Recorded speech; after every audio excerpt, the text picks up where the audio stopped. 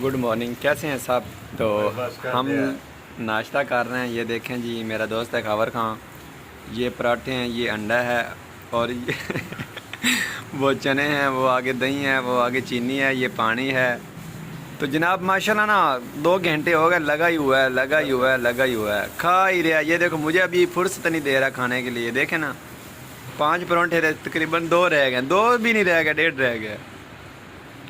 तो ये वीडियो मेरी आपको कैसी लगी, पसंद आई है या नहीं आई, आप लोगों ने बचाना है। वो देखें बाहर कंपनी की गाड़ियाँ, आदमी गाड़ी की सर्विस कर रहा है। मेरी गाड़ी फ्रेश हो रही है उधर, जिस पे मैंने लॉन्ग ड्राइव करनी है माशाल्लाह। रोटी नहीं खा रहे हैं सर।